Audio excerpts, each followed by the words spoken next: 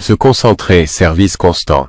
Tenez bon, ne vacillez pas, car vous savez que dans la communion avec Dieu, votre travail n'est pas vain. 1 Corinthiens 15 verset 58. Shalom, amis bien-aimés du Seigneur Jésus-Christ, comment réagissons-nous en tant que disciples du Christ aux événements tragiques récents? Une vendeuse de friture dans l'ouest de Sumatra a été assassinée, son corps a été enterré et découvert il y a seulement quelques jours, et bien d'autres meurtres. Les guerres commencèrent à éclater partout, les catastrophes naturelles, les incendies de centaines d'hectares de forêt, les prophéties de l'Apocalypse et de l'arrivée de la belle reine devinrent de plus en plus largement rapportées.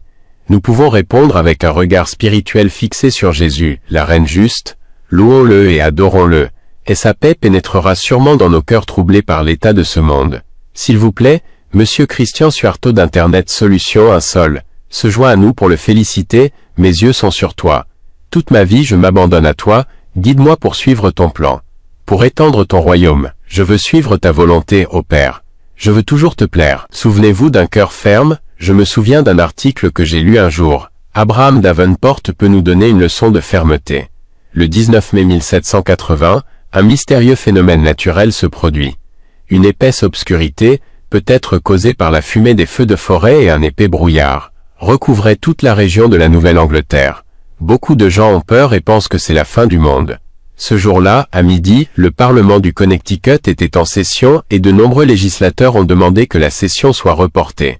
Cependant, Abraham Davenport a déclaré à ses collègues « Je n'accepte pas un retard.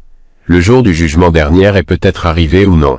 Dans le cas contraire, il n'y a aucune raison de tarder. Si c'est le cas, je préfère être trouvé en train de faire mon devoir. C'est pourquoi j'espère que les bougies sont préparées. » L'apôtre Paul, dans la lecture d'aujourd'hui, avait une détermination similaire.